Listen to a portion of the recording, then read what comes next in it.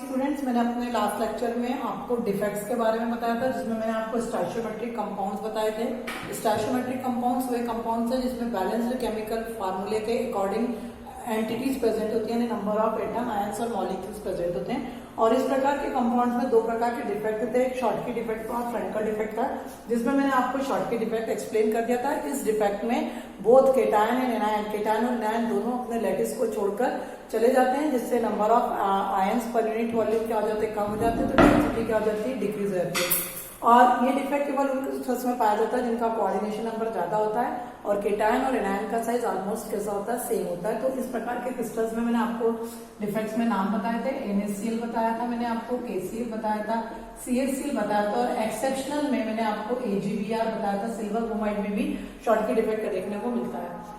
अब दूसरा जो डिफेक्ट आता है वो है Frenkel defect. It was given by Russian scientist और उस रशियन साइंटिस्ट का नाम था फ्रैंकल। इस डिफेक्ट में क्या होता है, cation missed from its lattice point. जो केटायन है वो अपने लैटिस पॉइंट से हटता है, जहां पर ये लोकेटेड रहते हैं उनको अपन लैटिस पॉइंट कहते हैं। यहाँ पर मैंने आपके सामने आइडियल क्रिस्टल का डायग्राम बना रखा और उसमें मुझे आपको फ्रैंकल डिफेक्ट बताना है। तो यहाँ पर फ्रैंकल डिफेक्ट में जो केटायन होता है वो अपनी पोजीशन से हटता है। यानी सपोज मैंने यहाँ से ये केटायन हटा दिया, ये अपनी पोजीशन से हट गया और it will occupy interstitial side. मैंने आपको बताया था बीच में ये जो स्पेस दिखाई देती है क्रिस्टल्स में, ये क्या कहलाती है, वॉइड्स या इंटरस्टिशियल साइज कहलाती है। तो फ्रैंकल के अकॉर्डिंग इस प्रकार के डिफेक्ट्स में cation missed from its lattice point and occupy the interstitial position, या इंटरस्टिशियल साइज पर आकर क्या हो जाता है, बैठ जाता है। मतलब सपोज यहाँ आकर बैठ गया, मतलब केटायन यहाँ से हट गया और दूसरी जगह इंटरस्टिशियल साइड पर आकर क्या हो गया, बैठ गया।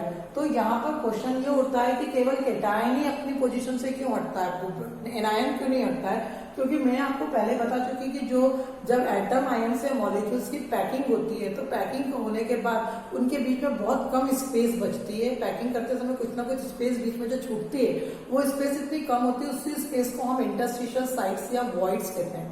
ठीक है, तो ये जो केटायन है उसका साइज छोटा होने की वजह से वो उतने छोटे साइज की वॉइड में इजीली क्या हो जाता है, ट्रैप हो जाता है। इसलिए केटायन अपने लैटिस पॉइंट से क्या होता होगा, हटता होगा। जबकि उसके अपोजिट में जो एनायन है उसका साइज के साथ बड़ा है, और बड़ा साइज होने के कारण एनायन जो है वो वॉइड में ट्रैप नहीं हो पाता है।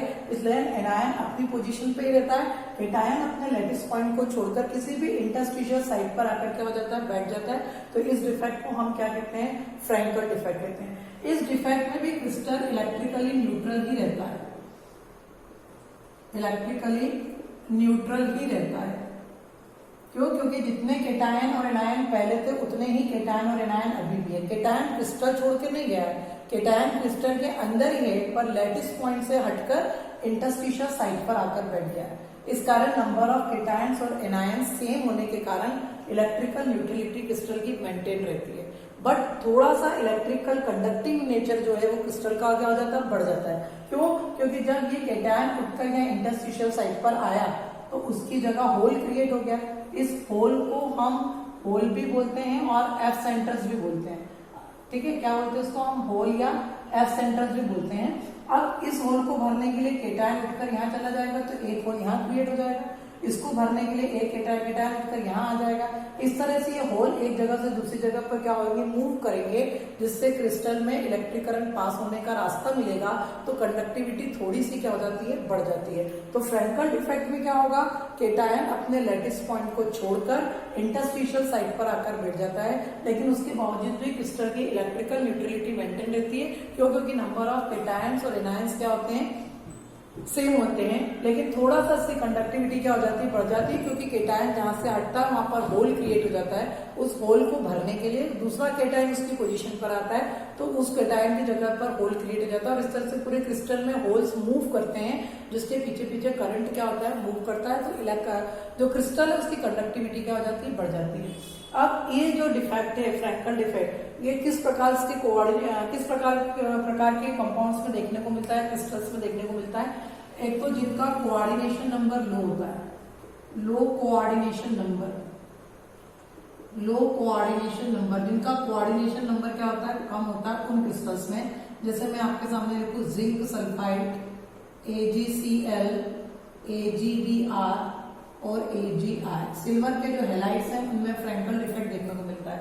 यहाँ पे एक पॉइंट नोट कीजिए, मैंने फ्रैंकल डिफेक्ट में भी AGBR लिखा है और शॉर्टकी डिफेक्ट में भी AGBR लिखा है। ये एक्सेप्शनल केस है कि शॉर्टकी डिफेक्ट और फ्रैंकल डिफेक्ट दोनों AGBR में देखने को मिलते हैं। तो ये कॉम्पिटिटिव लेवल पर भी पूछा जाता है कि ऐसा कौन सा क्रिस्टल है जिसमें शॉर्टकी और फ्रैंकल दोनों डिफेक्ट देखने को मिलते हैं। तो उसमें सही ऑप्शन आपका कौन सा है, AGBR सिल्वर ब्रोमाइड, जिसमें शॉर्टकी और फ्रैंकल दोनों डिफेक्ट देखने को मिलते हैं। तो जिन क्रिस्टल्स का कोऑर्डिनेशन नंबर कम होगा उसमें फ्रैंकल डिफेक्ट पाया जाता है।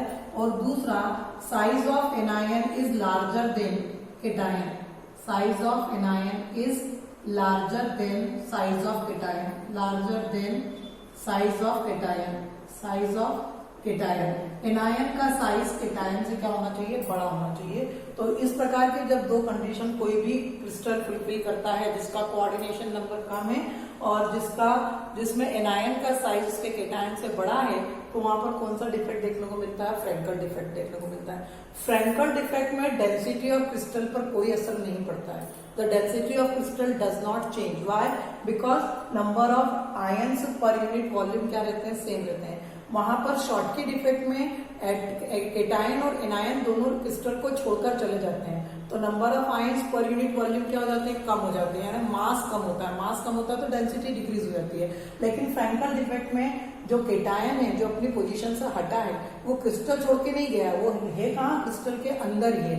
मतलब जो मास पर यूनिट वॉल्यूम है वो क्या है, सेम है। तो मास जब सेम रहेगा तो डेंसिटी भी क्या रहेगी, सेम रहेगी। तो फ्रैंकल डिफेक्ट में डेंसिटी ऑफ क्रिस्टल डिक्रीज पर कोई भी असर नहीं होता है, यानी डेंसिटी रिमेन अनचेंज्ड, डेंसिटी परिवर्तित नहीं होती है। तो ये डिफेक्ट आपका कौन सा कहलाता है, फ्रैंकल डिफेक्ट कहलाता है। ये था स्टाइशियोमेट्रिक कंपाउंड जिसमें दो डिफेक्ट्स मैंने आपको पढ़ा है, शॉर्टकी डिफेक्ट और फ्रैंकल डिफेक्ट। अगला जो मैं पढ़ा रही हूँ वो है आपका non stoichiometric compounds. Non stoichiometric compounds, non stoichiometric, non stoichiometric compounds, non stoichiometric compounds.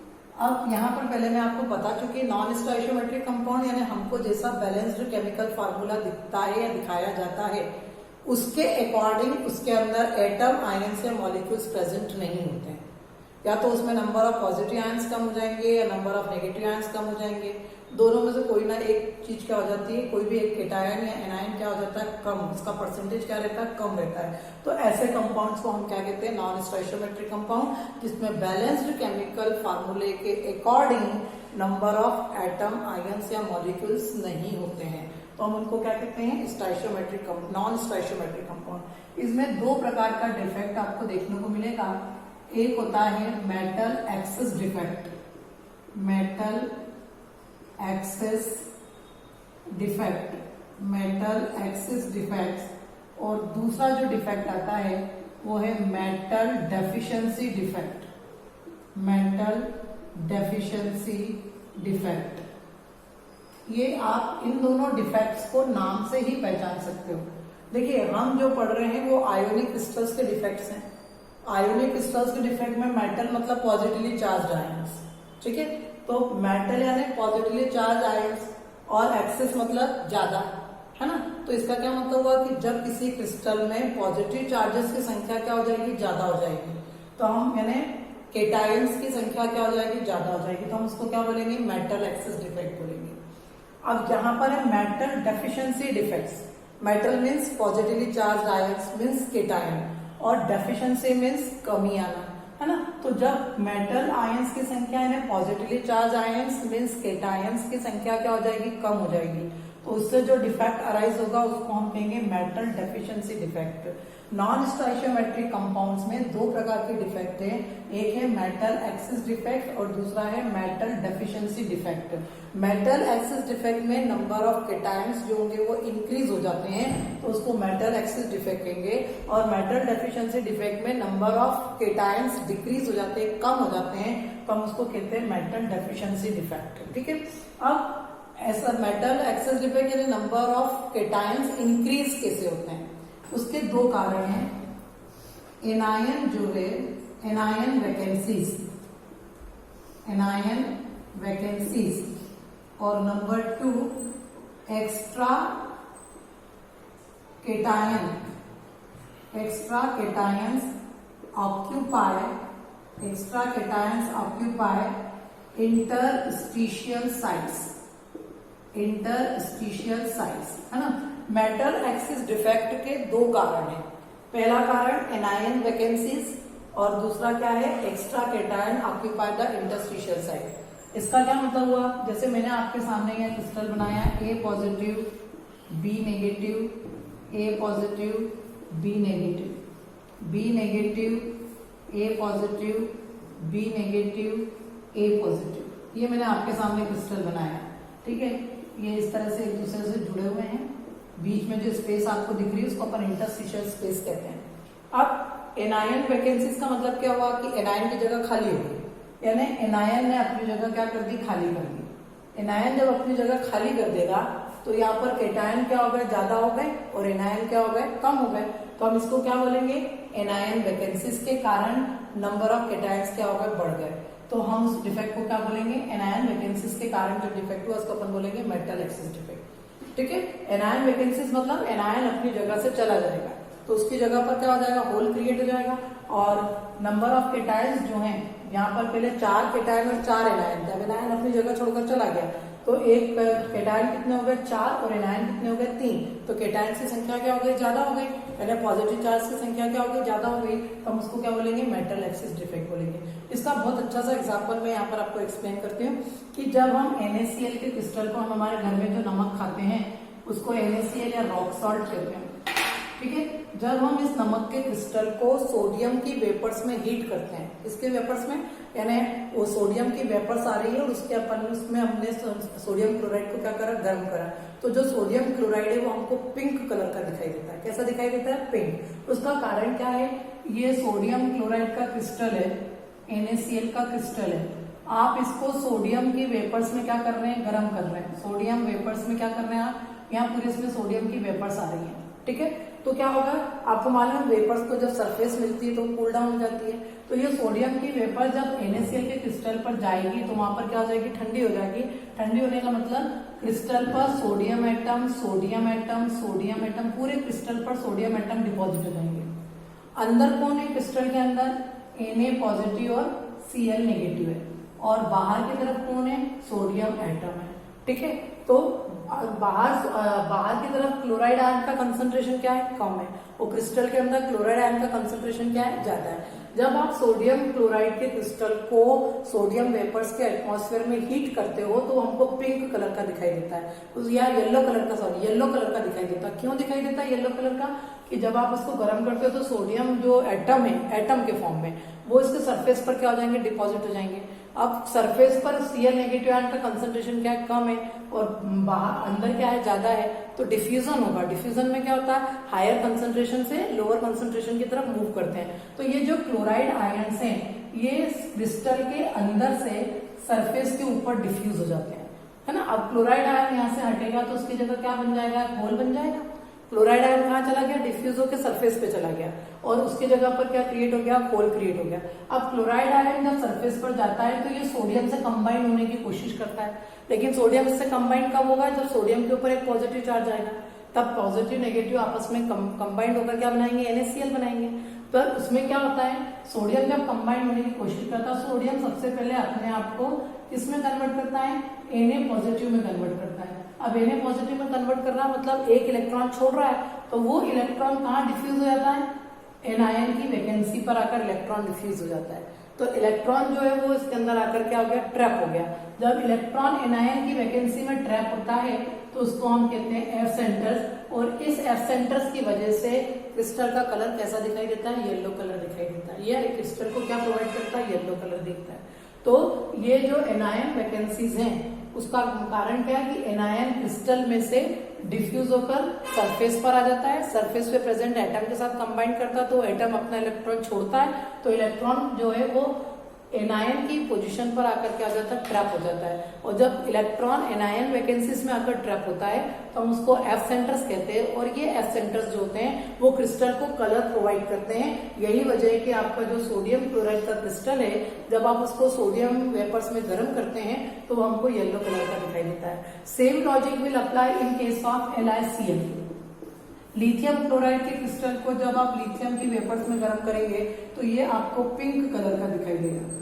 उसी प्रकार KCl का जो क्रिस्टल है, अगर आप उसको आप पोटेशियम की वेपर्स में गर्म करोगे तो वो आपको वायलेट कलर का दिखाई देगा।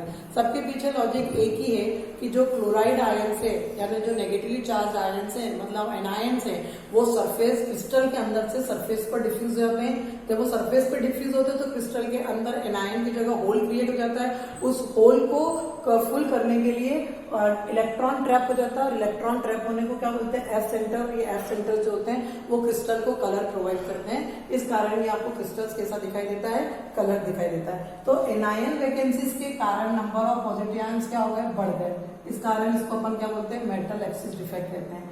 दूसरा है extra cation occupy the interstitial side. वापस में इसको यहाँ बना दे रही हूँ, बी नेगेटिव कर दिया मैंने इसको वापस, ये फिर आइडियल क्रिस्टल बन गया। जितने पॉजिटिव चार्ज है उतने नेगेटिव चार्ज है। अब आपको ये बताना है कि एक्स्ट्रा केटायन से किस प्रकार से इंटरस्टिशियल मतलब मेटल एक्सिस डिफेक्ट क्रिएट हो जाए। कई बार क्रिस्टल में इम्प्रिटीज होती है, तो इम्प्रिटीज जो होती है उसमें जो पॉजिटिवली चार्ज आयंस होते हैं वो इंटरस्टिशियल साइड पर प्रेजेंट रहते हैं। अब यहाँ पर नंबर ऑफ पॉजिटिव चार्ज क्या हो गए, बढ़ गए। अब इलेक्ट्रिकल न्यूट्रलिटी भी डिस्टर्ब हो गई, क्योंकि पॉजिटिव ज्यादा और नेगेटिव क्या है, कम है। तो उसकी इलेक्ट्रिकल न्यूट्रलिटी को मेंटेन करने के लिए पास वाली इंटरस्टिशियल साइड पर हम क्या ट्रैप कर देंगे, इलेक्ट्रॉन ट्रैप कर देंगे। आई बात समझ में। तो उसके कारण भी जब इम्प्यूरिटी की वजह से कोई भी मेटल आयन या positively charge ion means cation interstitial side पर ट्रैप होता है, तो क्रिस्टल की इलेक्ट्रिकल न्यूट्रलिटी को मेंटेन करने के लिए उसमें हम हमारी तरफ से क्या ट्रैप करते हैं, इलेक्ट्रॉन को क्या करते हैं, ट्रैप करते हैं। और इस तरह से नंबर ऑफ केटायंस की संख्या क्या हो जाती है, बढ़ जाती है। तो हम उसको क्या बोलते हैं, extra cation occupying the interstitial side means कौन सा डिफेक्ट अराइज हो गया, मेटल एक्सिस डिफेक्ट अराइज हो गया। ठीक है। उसके बाद जो नेक्स्ट वन हम यहाँ पर पढ़ते हैं, मेटल डेफिशिएंसी डिफेक्ट। कौन सा डिफेक्ट है, metal deficiency defect. Metal deficiency defect का मतलब होता है मेटल आयंस की संख्या में कमी, यानी केटायंस, नंबर ऑफ केटायंस क्या हो जाएंगे, कम हो जाएंगे। तो उसका दो कारण है। पहला तो केटायन वैकेंसीज है, केटायन वैकेंसीज, केटायन वैकेंसीज, और दूसरा है extra anion, extra anion occupy interstitial site. Extra anion occupy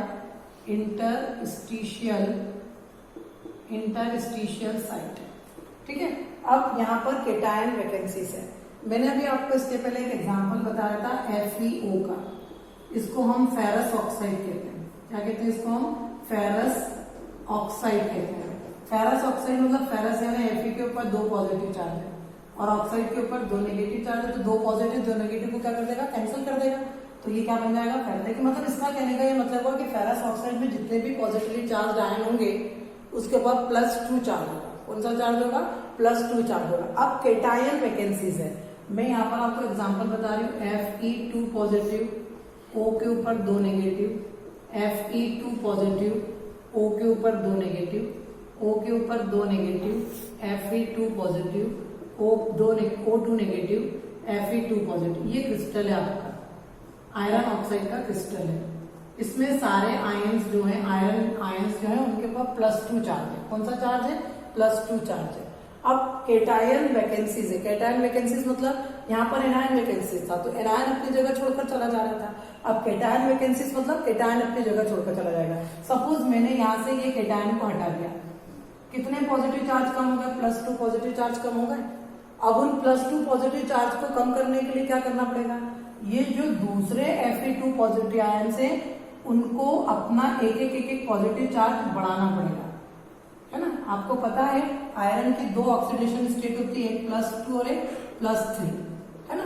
अब ये +4 तो शो कर ही नहीं सकता, मतलब एक Fe2 पॉजिटिव आयन यहाँ से गया तो ये एक ही अकेला Fe+4 में कन्वर्ट हो जाए, ऐसा हो ही नहीं सकता, क्योंकि आयरन की मैक्सिमम ऑक्सीडेशन स्टेट +3 है, वो +4 शो कर ही नहीं सकता।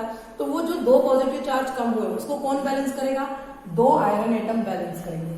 एक आयरन एटम अपना एक इलेक्ट्रॉन दे देगा और Fe ट्रिपल पॉजिटिव में कन्वर्ट हो जाएगा, और एक दूसरा आयरन एटम अपने एक इलेक्ट्रॉन को लूज करके Fe ट्रिपल पॉजिटिव में कन्वर्ट हो जाएगा। टोटल कितने इलेक्ट्रॉन लूज हुए, 2। तो वो 2 आकर कहाँ ट्रैप हो जाएंगे, इंटरस्टिशियल साइड पर आकर क्या हो जाएंगे, ट्रैप हो जाएंगे। तो इस तरह से क्या हो गया, केटायन वैकेंसीज के कारण नंबर ऑफ एनायंस तो क्या है, ज्यादा है, लेकिन नंबर ऑफ केटायंस क्या हो गए, कम हो गए। तो इसको अपन क्या बोलेंगे, मेटल डेफिशिएंसी डिफेक्ट बोलेंगे। क्या बोलेंगे इसको हम, मेटल डेफिशिएंसी डिफेक्ट। ठीक है, आज के लिए इतना ही बहुत है। Thank you very much.